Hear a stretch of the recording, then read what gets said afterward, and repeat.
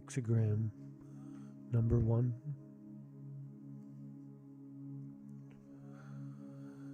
The creative. The creative is at work.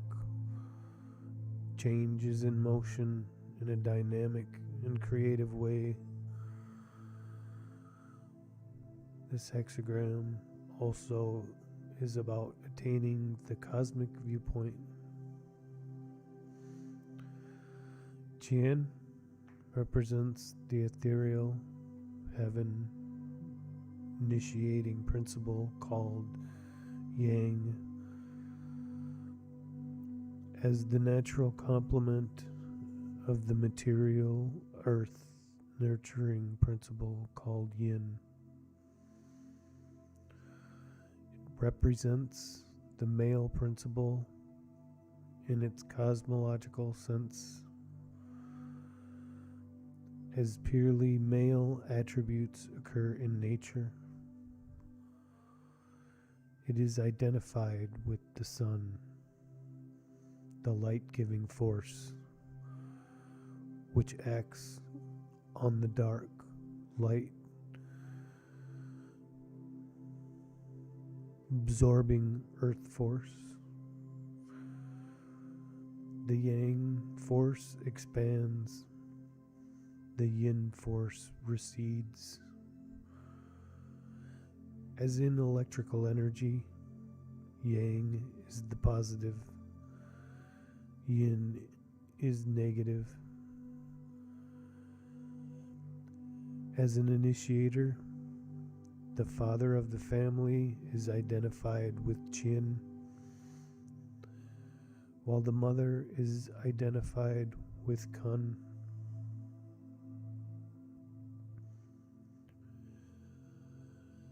Jin as the power,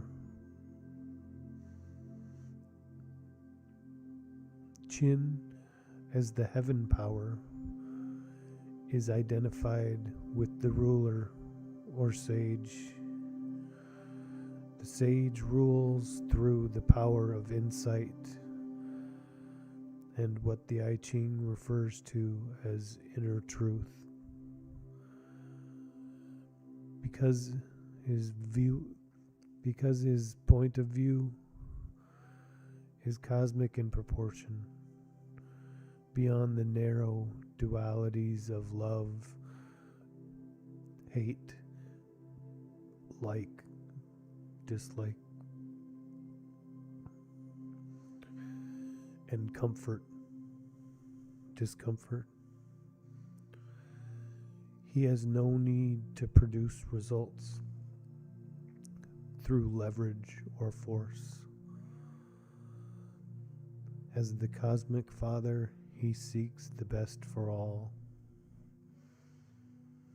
Because of his dispassionate interest in the development and completion of our highest potential, we find him strict in his principles, but also mild, kind, and devoted. In the I Ching cosmology, the human being stands poised between heaven and earth, with a foot in either, so to speak. We often draw this hexagram when we begin to think that external affairs are the only reality. We forget that everything in the external world is activated by the dependent on the higher reality. The image of having a foot in either world means that we cannot disregard the heaven principle.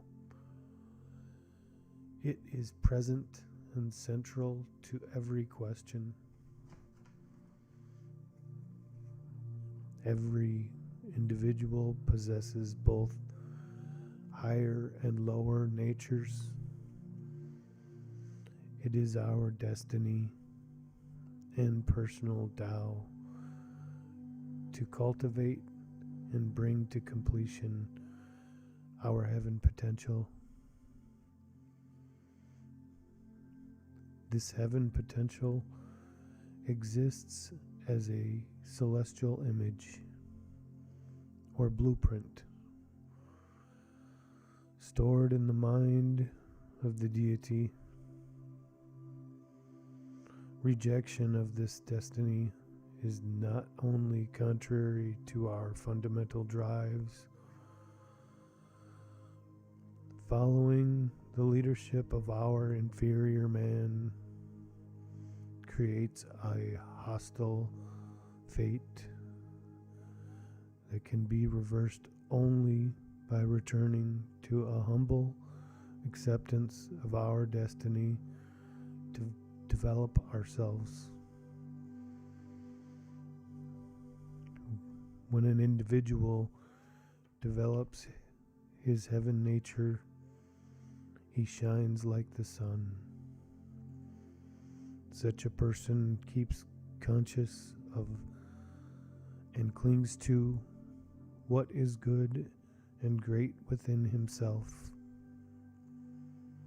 He is unwilling to sacrifice his sincerity, his sense of truth, his kindness, or his sense of what is humane and just to other considerations. Although he has achieved strength of character, he remembers the difficulty he had in correcting himself. Therefore, he is able to remain tolerant of those who have not yet developed themselves. He is alert, ever searching to discover the inner truth of each situation and to act from this understanding. He avoids losing his inner independence and detachment by resisting the clamoring of his childish heart. He constantly seeks to be responsive to the quiet but inwardly audible will of heaven. Because he is reticent, he creates a respect for reticence. Because he is tolerant, he creates tolerance.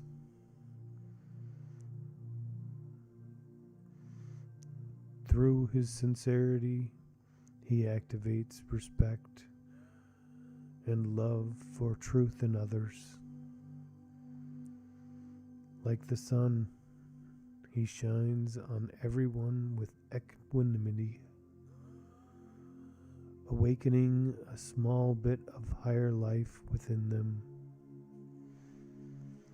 Qian also represents the creative idea before it is transformed into reality. Everything that now exists first existed as a cosmic image.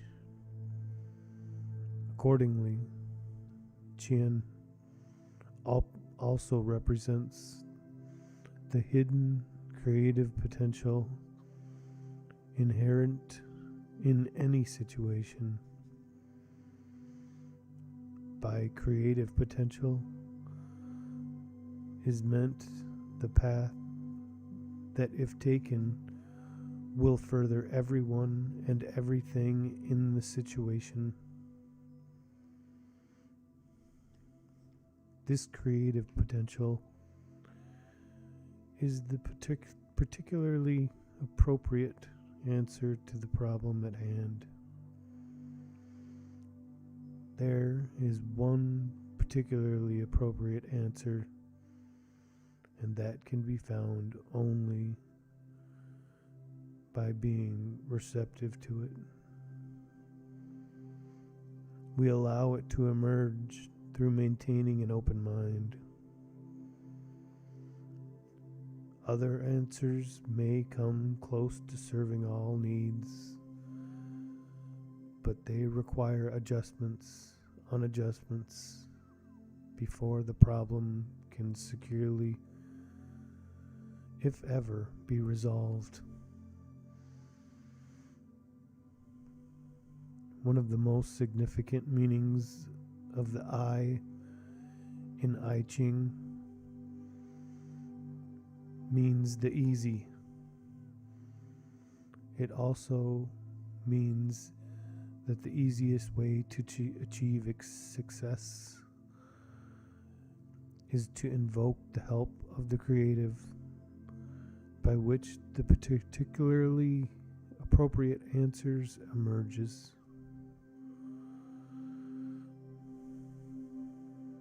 This answer often emerges as if it were the surprise diminuet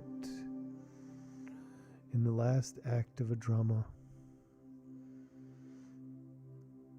When, on the other hand, we strive to achieve success through our intellects, through the brilliance of planning and wit, or when we strive to force success through leverage, just to satisfy an emotional demand to create a more comfortable situation, we become forced endlessly to correct the jumbled effects produced by our imperfect thinking. In addition, we must endure the perfect poisonous fallout that results from having inferred with the correct resolution designed by the higher power, a resolution that would have evolved had we not interfered.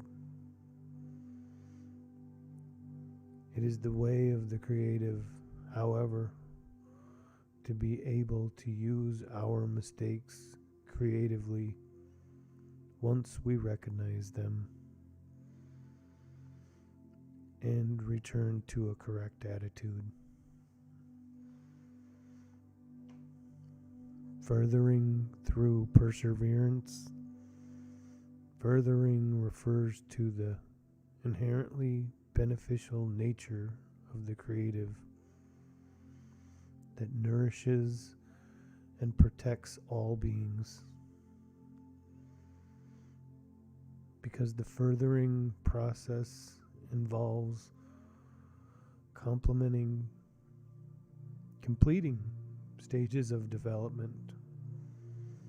Time is the vehicle by which the power of the creative works.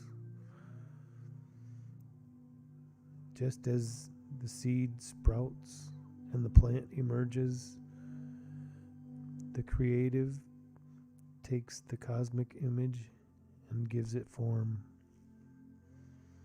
By such gradual means, the light of understanding dawns, permitting us to respond correctly to situations. Only in this slow, organic way does everything become as it should be. Because time is the means, perseverance is necessary. For the furthering potential to become actual, the creative must be activated by the receptive. just as male energy is activated by the presence of female energy. Chin is activated by Kun. Through our perseverance in receptivity, we arouse the power of the creative and draw it into action. Perseverance means to wait in an attitude of docility and acceptance, free of hope and doubt, with an alert and open mind. It also means that the ego, our childish heart,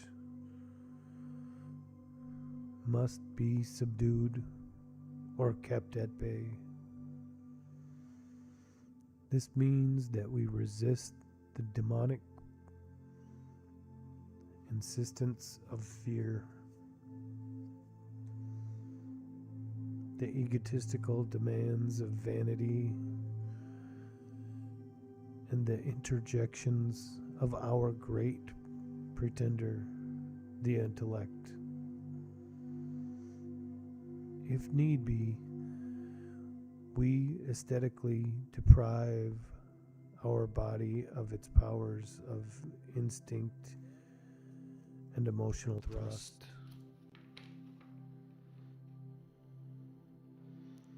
It is the nature of the creative to be ironic, to make the unlikely work, and to bring success one day late. We may be required to wait passively until failure to act seems totally unreasonable. This seeming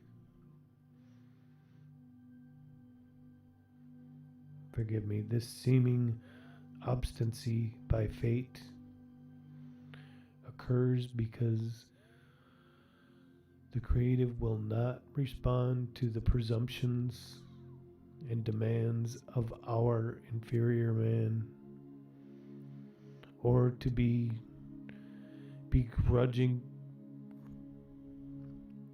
or indolent surrender.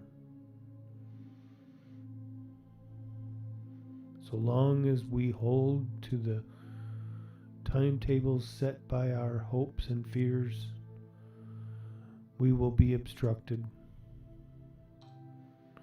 So long as we listen to the voice of doubt within, which urges us to take matters in hand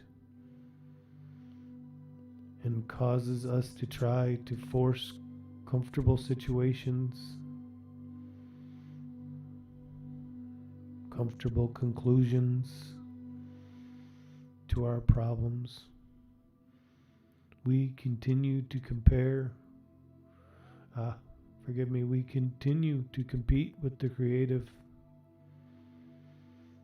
If, however, we humbly cling to the creative for help and accept non-action as an integral part of the creative process, then our attitude will be harmonious and sincere, and we will achieve the correct result.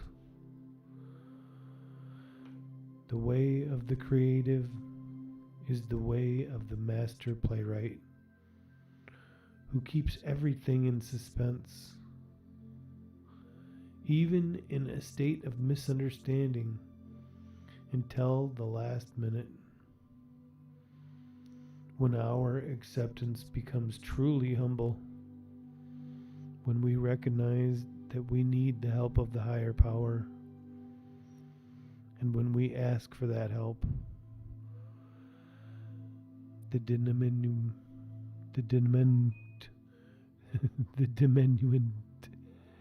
comes, and with it enlightenment and success from the highest source. The answer is so correct and appropriate that in no way could we have apprehended it merely by intellect, nor could we have achieved its sublime results through a consciously designed solution. When we understand the way of the creative and the receptive interact with others, we understand the way the cosmos works and why the judgment of this hexagram says the creative works sublime success, furthering through perseverance. Changing line number 1. Hidden dragon, do not act. There are hidden elements in our situation that within the limits of our current understanding we are unable to perceive. To act now would be like walking in the blackest night past a perilous place without a light. We should wait until the hidden element becomes visible and until we reach a clear understanding of the situation. By waiting in a state of non-action, the perilous time will be safely bypassed. Changing line number 2. Dragon appearing in the field. It furthers one to see the great man. The great man is one who surrenders to the will of the higher power.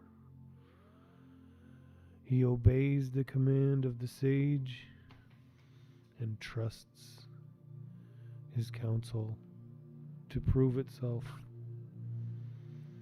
He resists his ego and encourages his inferiors to follow the aspirations of the higher self. We see the great man when we place ourselves above the duties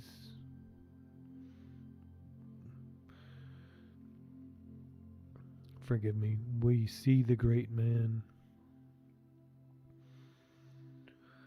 when we place ourselves above dualities of love and hate, hope and fear. In developing the cosmic view, we gain strength needed to discipline our inferiors. In this way, we establish the right direction and influence others without conscious effort.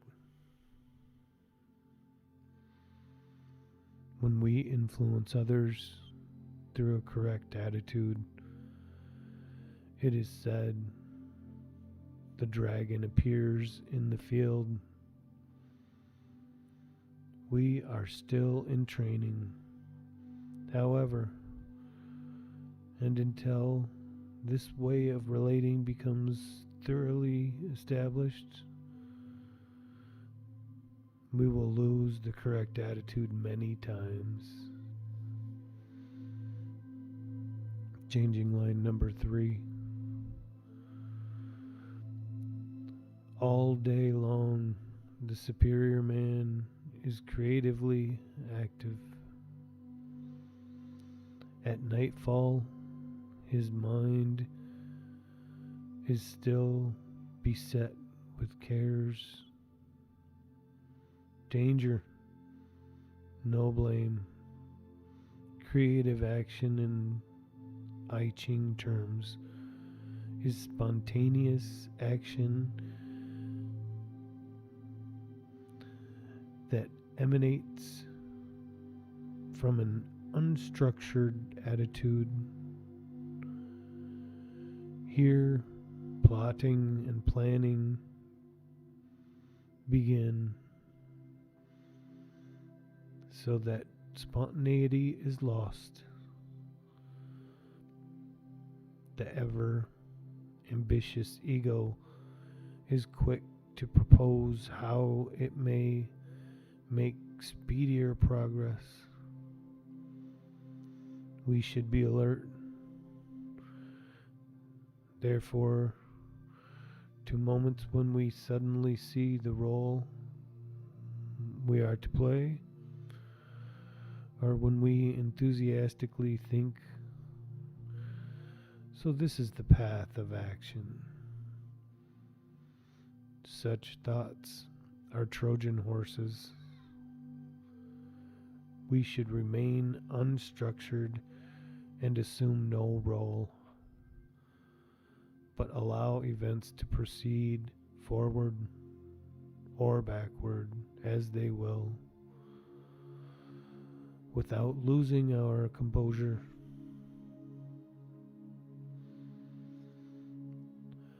The commentary says that ambition destroys integrity.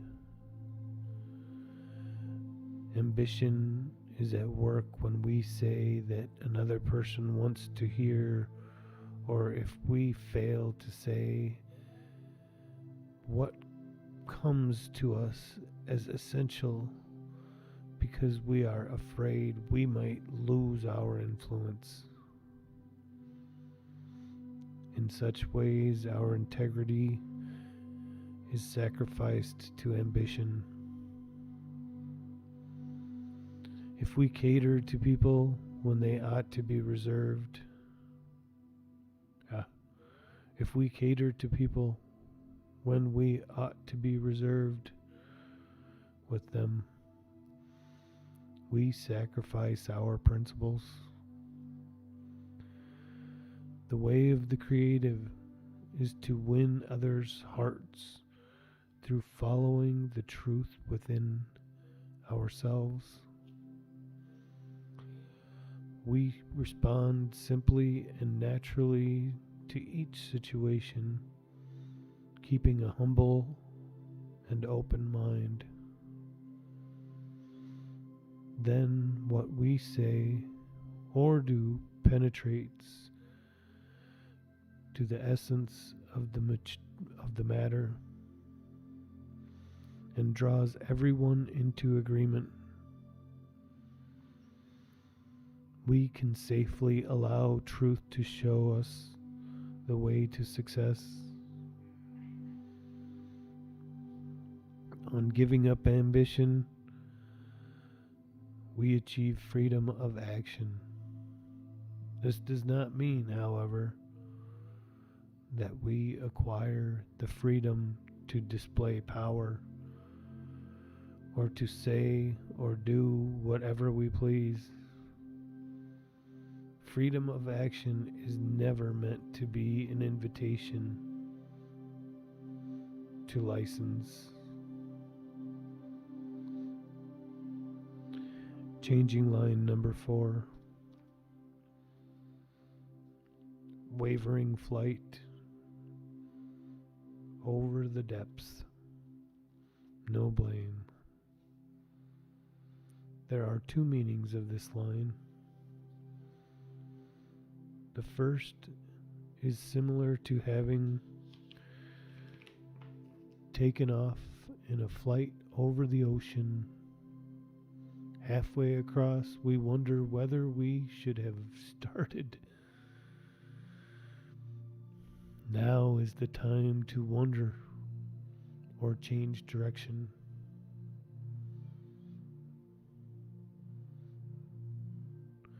Our will to go forward, despite any difficulties we might anticipate, must hold firm. We must avoid dwelling on the difficulties and keep our thoughts clear and alert. The second meaning has to do with inner parts we have made at some past time. These pacts by which we have predetermined what we will do or not do hinder our inner freedom to act spontaneously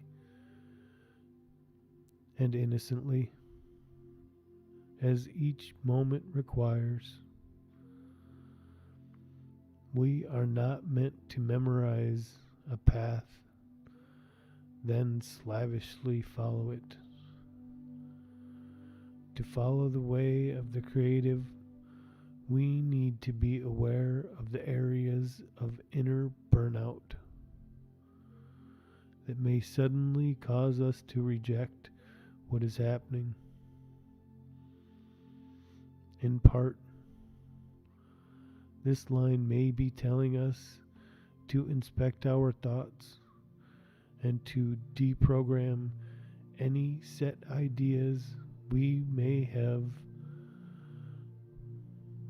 of how things should proceed or what the situation is. To keep our mind open, we resist deciding whether a situation is good or bad. Such decisions are based on hidden doubts about the power of the creative to correct wrongs. They prevent us from perceiving the hidden doorways of opportunity that contain the correct means to achieve change or make progress. Changing line number 5. Flying dragon in the heavens. It furthers one to see the great man. The influence of the creative is being felt. The correct image comes to mind, and we understand because we are in a state of clarity and inner correctness. Our influence spreads out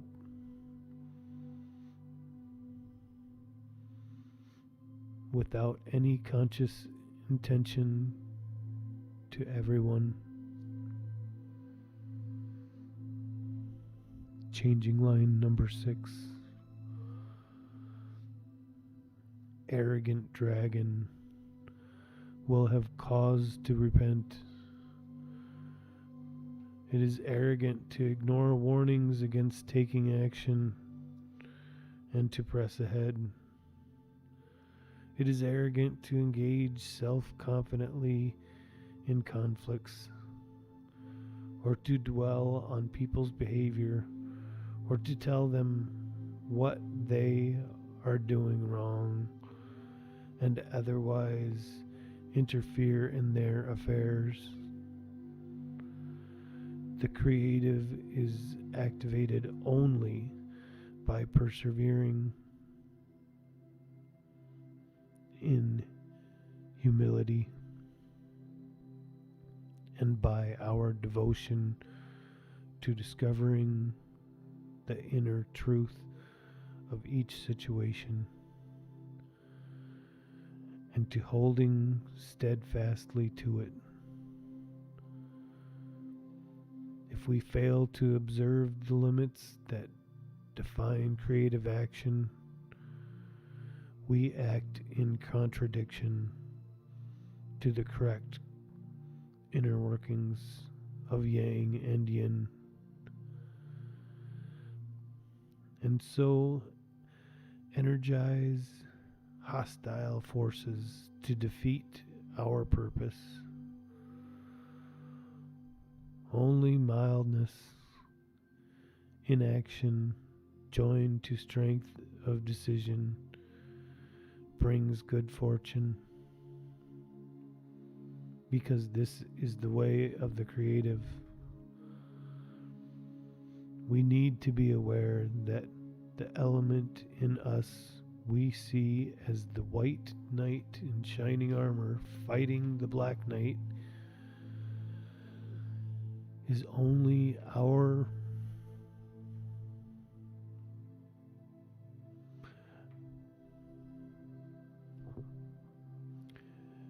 puritanical and obstinate inferior man.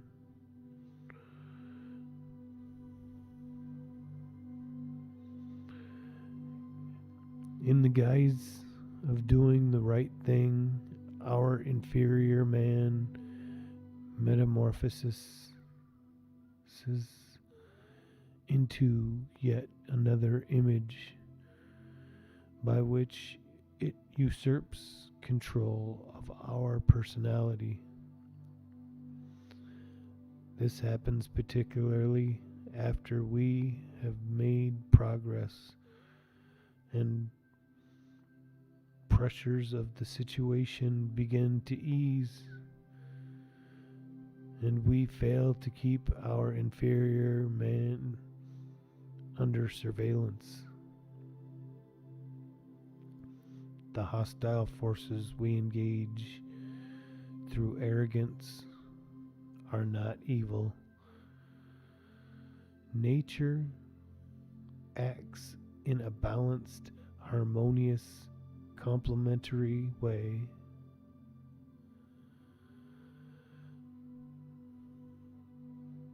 The moment we act in opposition to the way nature works, through becoming unbalanced within ourselves, we activate these forces to bring us back into balance. Indeed, evil is arrogantly to act in opposition to the way of nature, thereby to be the willful cause of imbalance. The event we often see as hostile is nature's way of restoring balance. Wrong moves that seem insignificant to us might create a trajectory of imbalance and so become an evil force that contradicts the way of nature.